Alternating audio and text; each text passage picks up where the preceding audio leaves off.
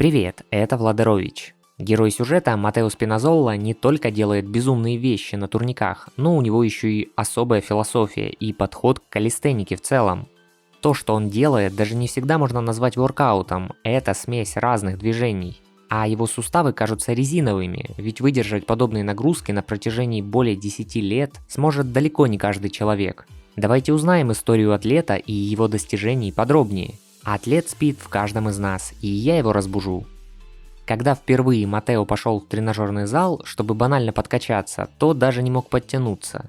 Он занимался в тренажерах и наблюдал, как некоторые ребята подтягиваются, и даже сам не осмеливался попробовать. Переломный момент был, когда он впервые увидел не просто подтягивание, а выход на 2 руки от Ганнибал Форкинг, и его ментальные границы в голове будто разрушились. Первые 2 года занятий атлет тренировался в зале с отягощениями, так как думал, что только так он сможет научиться нормально подтягиваться и делать выходы. Итого у него 2 года тренажерного зала и еще 10 лет калистеники за плечами. В Италии Матео один из первых начинал тренировки по калистенике, и не было оборудованных парков с турниками, а в тренажерных залах условия были только для свободных весов и тренажеров. Матео это не мешало, ведь на видео команды Бартендес и Ганнибала многие упражнения делались в условиях улицы.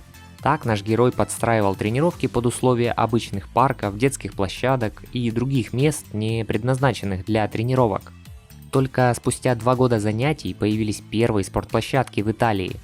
Насчет базы Матео говорит, что с самого начала и до сих пор тренирует подтягивания и отжимания, как на выносливость, так и с дополнительным весом. Только сейчас больше уже комбинирует базу с элементами и старается охватить как можно больше движений одновременно. Когда вопрос был по его крепким суставам, генетика это или тренированность, то Матео ответил, что видит очень простой способ укрепления локтей, колен и плеч. Говорит, что многие привыкают делать упражнения, не меняя углы нагрузки, хваты, и дойдя до определенного уровня в базе или в элементах, не добавляют регулярно еще больше нагрузки.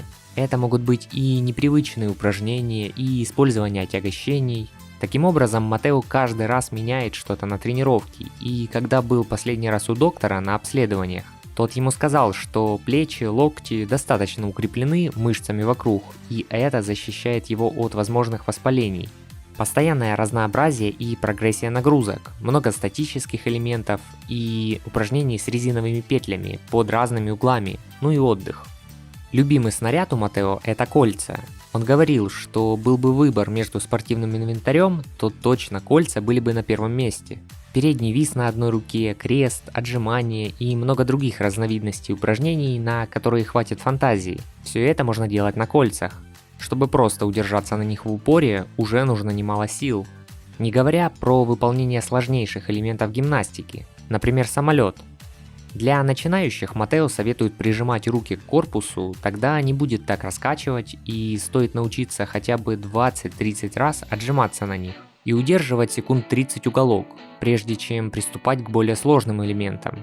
К тому же можно еще и использовать кольца как тренажер TRX, прокачивать пресс, руки и другие части тела. Да и на воркаут-соревнованиях Матео часто выделялся за счет упражнений на кольцах и использовал дополнительный вес. Давайте посмотрим на e-каталоге, какие бывают кольца и на что стоит обратить внимание. Выберем свой город и в поиске вбиваем кольца гимнастические и прочие тренажеры и аксессуары. Тут по фильтру отсортируем цену, чтобы сразу просматривать хорошее качество материалов. В основном они бывают 2 типов – деревянные и пластмассовые. Хоть на первый взгляд кажется, что деревянные прочнее, но у меня уже лет 6 как пластмассовые. И нет никаких претензий. Тем более по нагрузке тут варьируются модели от 120 до 300 кг. Крепления могут быть ремнями или просто на веревках с зажимами. У меня обычные веревки с карабинами, но все же это не очень удобно. Сейчас уже можно выбрать с ремнями, которые удобно регулировать по высоте. Для взрослых колец диаметр обычно от 23 см, а толщина тут уже чем толще, тем сложнее делать упражнения. На e-каталог любую модель можно сравнить по описанию характеристик в разных магазинах и глянуть на динамику цен на протяжении года. Так будет ясно, когда брать выгоднее. Ну и если интересно глянуть на просмотренные сейчас кольца, то можно подобрать их по ссылке в описании к ролику. Стоит внести ясность, почему Матео делает движение иногда в такой странной технике. Многие хейтят спортсмена за то, что он в таком качестве делает некоторые упражнения. Это и частичная амплитуда, и непонятные дергания с большими весами. До создания этого ролика я тоже не понимал. Атлет объясняет это так. Чтобы сделать чистое подтягивание на одной руке или чистое отжимание на одной, или же подтянуться 30-40 раз чисто, то нужно делать такое же количество в плохой технике, в которой вы можете сделать на данный момент с читерством. И пусть это будут частичные 30 повторов на перекладине, но благодаря такому подходу мы через количество неизбежно перейдем к качеству и более сложным элементам. К примеру, такого же принципа придерживается и Руслан Саибов, который практикует частичные повторы, а потом удивляет просто нереальным уровнем выходов силой и выносливости уже в чистой технике. Поэтому есть тут определенная логика. Ребят, напишите, возможно, свой опыт насчет такого подхода к тренировкам и в целом, что думаете. То же самое говорил и Виталий Фищук, когда высказывался насчет золотого стандарта Шредера, о том, что невозможно развиваться, делая идеальные повторения во всех подходах без искажения техники. Прогресс происходит только через надрыв, сверхусилие. Матео один из немногих атлетов соревновательного воркаута, который полноценно тренирует ноги. Да, признается, это тяжело, делать элементы в сравнении с другими атлетами, у которых тонкие ноги. Но Матео придерживается философии всестороннего развития тела, и ноги обязательны к тренировке. Атлет не стал давать никаких советов новичкам и самому себе в прошлом, ведь он убежден, что именно те ошибки, которые он совершал, привели к тому уровню, который мы видим сейчас. Говорит, что у каждого свой путь, и если хотим прогрессировать, стоит думать, почему то, что мы делаем сейчас, не работает, и что нужно поменять. А помочь, подсказать можно только лично человеку, зная его уровень и предысторию. Гораздо важнее наши убеждения, ведь то, как мы мыслим, сколько границ у нас в голове, влияет на конечный результат в первую очередь. Даже в книге, которую Матео написал о своем опыте в калистенике, там приводятся примеры не столько тренировок, а то, как он научился объединять усилия мозга и тела, менять убеждения. Тренировки на данный момент 6 раз в неделю, 3 дня из которых занимается по 2 раза в день, общей продолжительностью 8 часов, истинный фанат. По нагрузке он чередует тяжелые и легкие тренировки.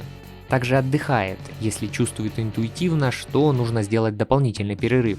Итого говорит, что тратит в неделю на тренировки 35-40 часов.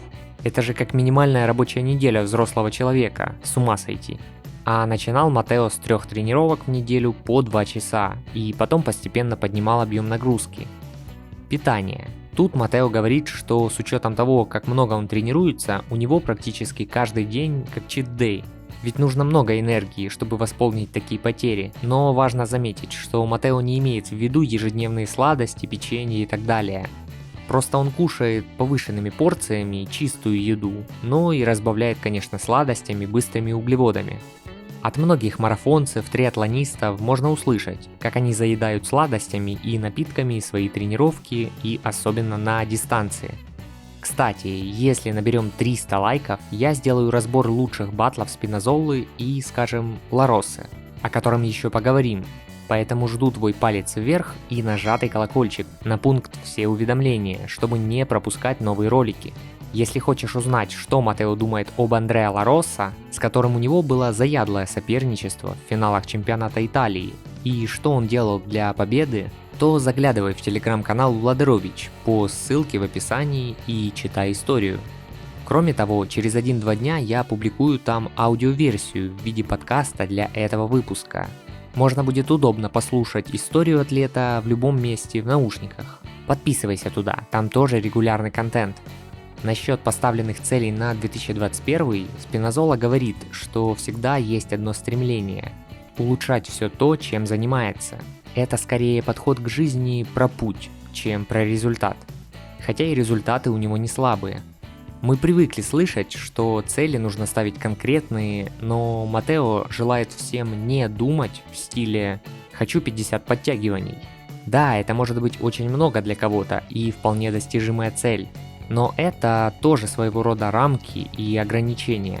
Думайте так, чтобы сделать как можно больше подтягиваний, и тогда вы точно достигнете больше ожидаемого. Ребят, буду благодарен каждому за донат каналу по ссылке в закрепленном комментарии. Это моя мотивация улучшать контент и работать дальше.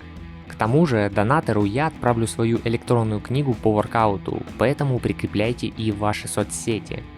Как бы вы ни относились к Матео и к его технике выполнения раньше, я думаю, после просмотра данного видео вам стало все понятнее.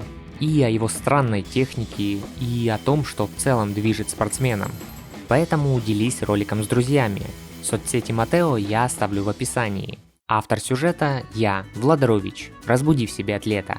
А сейчас я предлагаю тебе встретиться в других роликах на канале. Нажимай на плейлист, выбирай интересную историю и узнавай о новых героях.